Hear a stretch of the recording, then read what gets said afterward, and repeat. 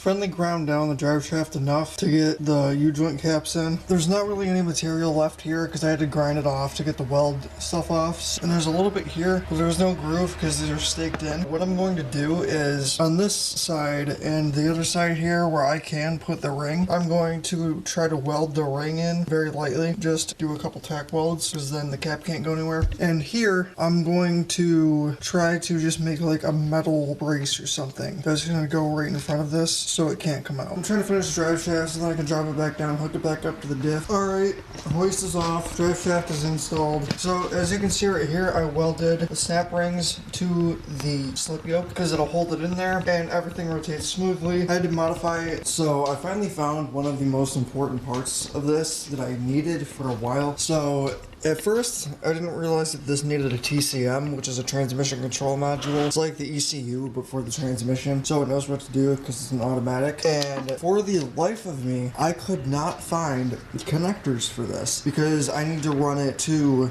this main thing right there. I finally got the right one because the first one that I ordered was for a 6-speed. This is a 4-speed. This one, I finally got it, and in a last-ditch effort to try to find connectors, I took an image search of the actual connectors here, like the where you plug it in, and it started showing up with Nissan Altima stuff. So I'm like, oh, sick!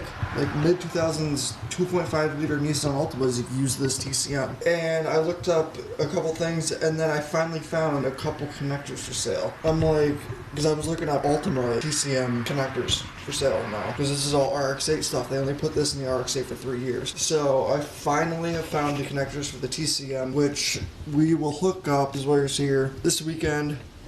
Might get to fire it up this weekend. I get my oil cooler tomorrow. I gotta finish hooking up this. That is the transmission cooler. One of the lines snapped. That's drive shaft is working good. I pulled it out of here just to see how it was doing, and there was no movement in the engine whatsoever. Before, the whole engine was going like this, and now it's sitting nice. So we've got, luckily, that figured out. I still have to order brake lines and fuel lines because I have my 400 liter per hour fuel pump. It's very overkill for this. I don't need it, but I'm like, okay, whatever, this works, and it's not very expensive. AEM fuel pump. It'll do up to 120 PSI. These like to run around 60 from what I found out. So that should be more than enough. As you can see here too, just added this because I got it today. RX-7 badge, the Affinity badge.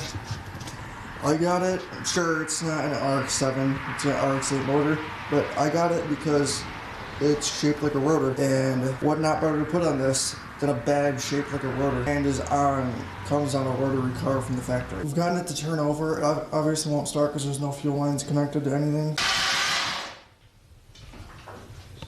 I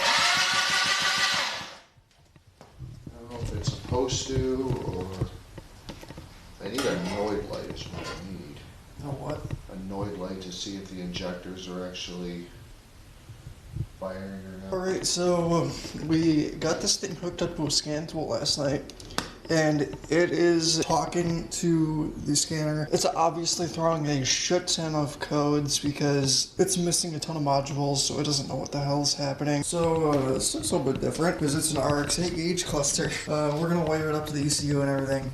We fixed the ECU problem.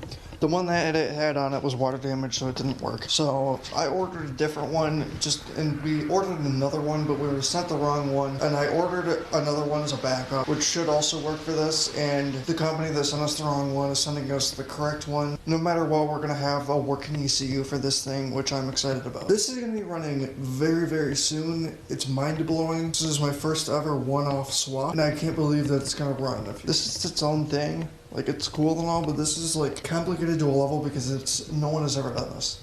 And people don't typically swap Renesas 13Bs. It's been quite an adventure. I'm excited to see how it does.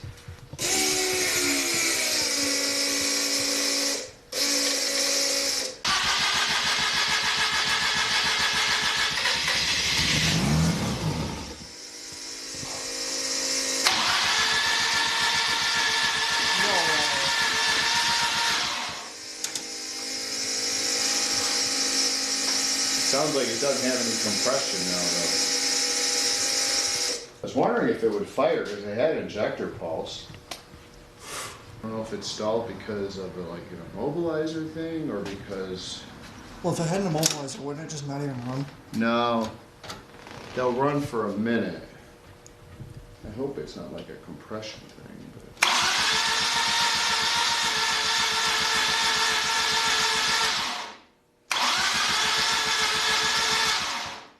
bet it's flooded. Most likely. It probably... That's why the starters go bad in them all the time, because people try to Really? just keep starting it when they flood. Sometimes what helps, I found I used to do with flooded cars, you just blow air in the intake.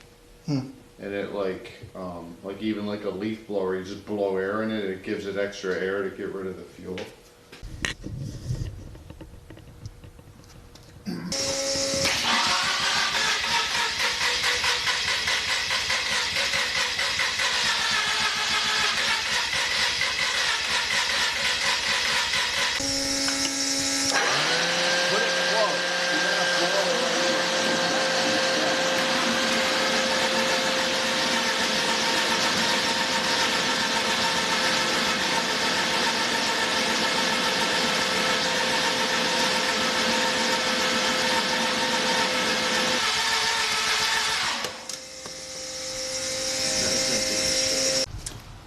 Alright everyone, so I'm going to take the entire intake manifold off because I made a big oopsie. But, oh, you can kind of see it. There's a hole in the intake manifold that I accidentally made, and when I put a bolt that was too long through it, which is fucking up the shutter valve, it won't move. So I'm going to take the intake manifold off, take the shutter valve out, try to clean up the inside of it, and hopefully that's going to help make this run a little bit better. So you can see it a little bit better now. That hole. It must have caused some debris to go in here because this won't move. So I'm going to take that out and then try to clean up on the inside. See,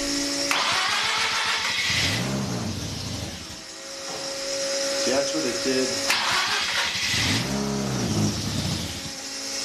It was doing last night. It just starts itself. That's weird.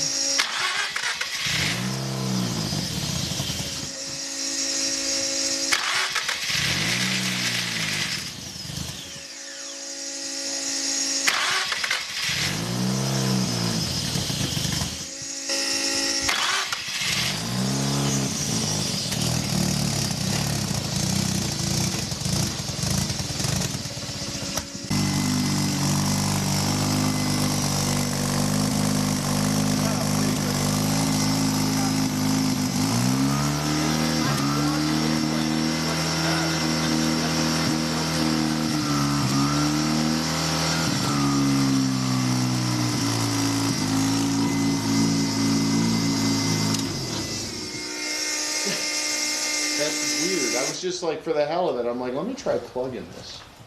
And it freaking started right up. So where the fuck is it getting air? It's got to have a huge, it's got to be, there's got to be like... No, there's gotta be at least. Yeah, I mean, this hose is even... It was sucking my hand, but I mean, all of this, I put this all together like... Oh, I have no fucking idea. That's weird. dang. Man, that thing's... Is that paint? Yeah, that's all paint. What'd you paint? The muffler? Well, Oh, and it's on the I outside. used a turbo can, and Pretty heavy, huh? that turned out to not be a good idea. Because Turbo. Yeah. it was a fucking pain in the ass. You know, the Lowe's turbo cans that are like 2 foot tall. Oh. I was like, I'll try one of these and see what it does. I'm like, oh, this is not at all the right application for this. No, not for a roller. That's why it's all about floor, too. I was like, God damn. Alright, now we're putting an IS300 mat in it.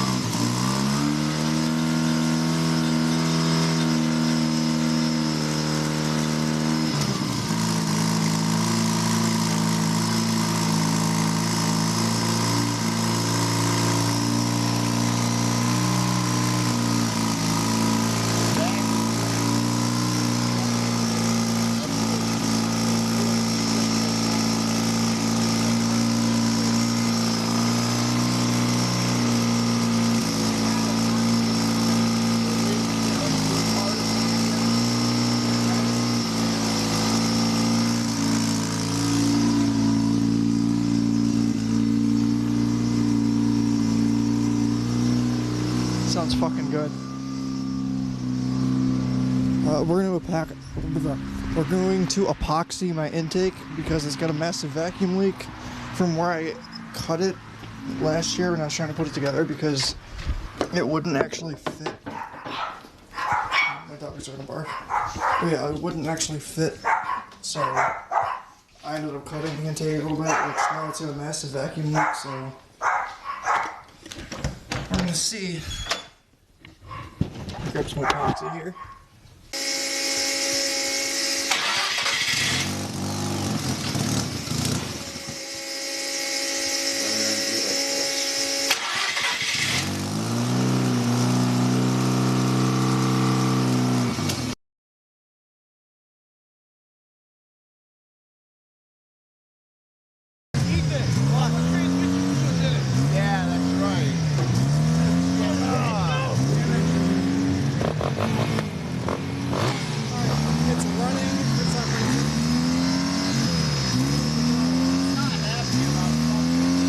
Shutting the fuel off. Doing what? It's shutting the fuel off. That's why it's doing that.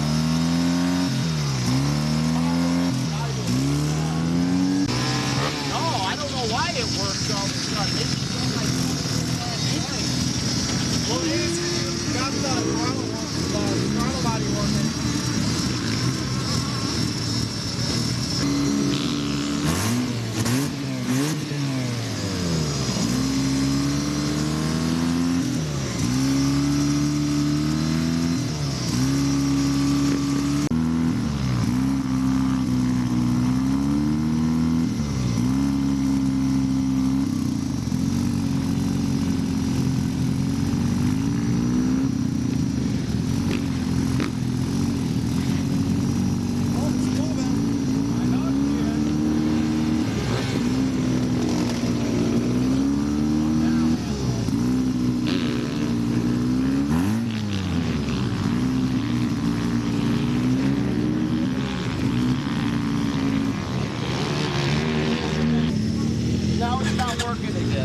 It's not? No. Oh. Come on. Get it going. Let's go.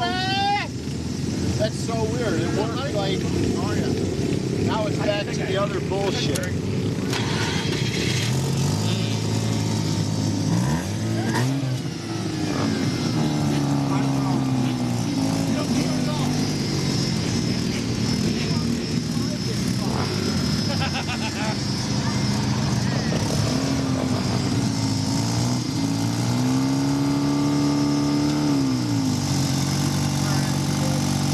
How much we got for brakes?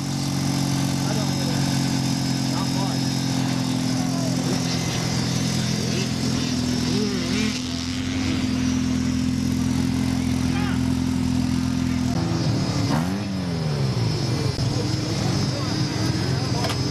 So I was about to drive it for the first time.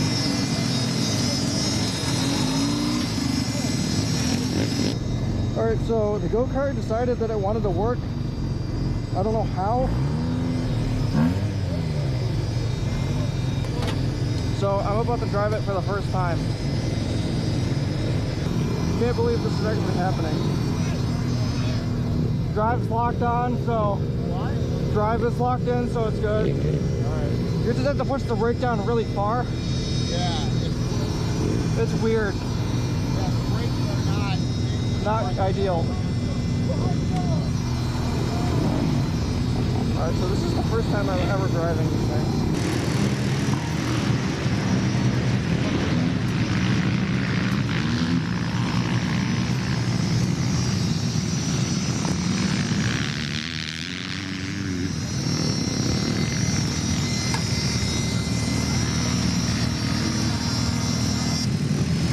This thing is absolutely... We're just gonna let it go at its own speed.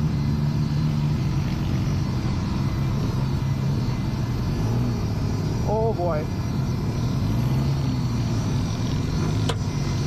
Just a little bit of throttle is going a long way. I can feel it. It feels very fast. It feels very fast. It looks like it can go fast. Yeah. That's for sure. I think I'm gonna try to go down there. I'm not gonna go crazy with it Okay. just because I don't know what to expect. Again, first time I'm ever actually driving this fucking thing.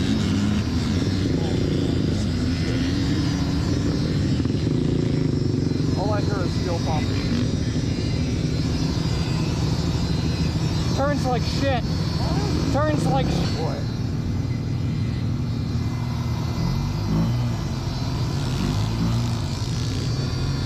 See what happens.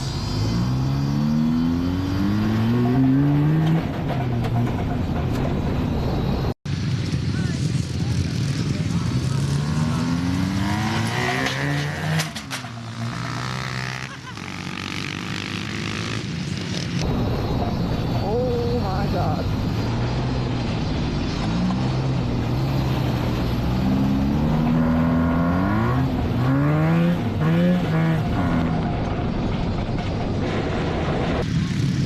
I think Ethan dropped something. Oh, he's missing his fender. I'll take that.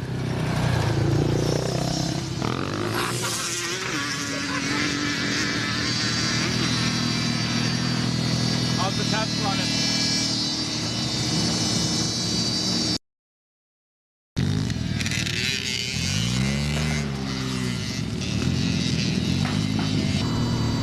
Tabs like, oh.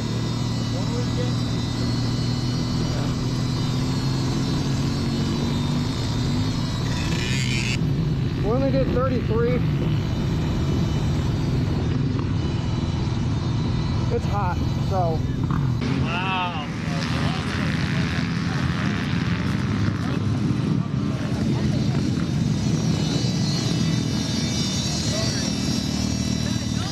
I don't know how accurate that temp gauge is, but it's up now.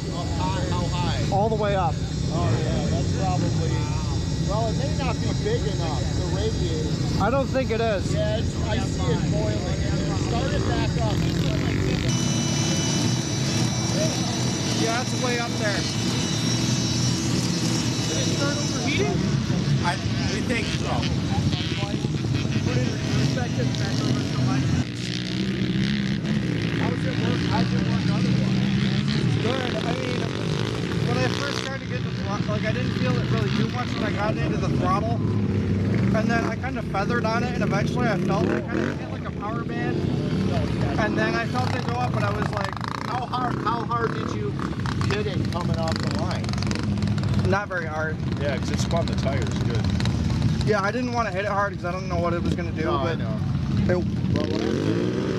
it accelerated, and then I kind of like let off a bit, but then when I got on, like, to go over the bumps, but when I got on it again, it actually like I felt it go a lot, the RPM go up, but We'll have to I'm sure it's still something with like the intake. rig up a radiator.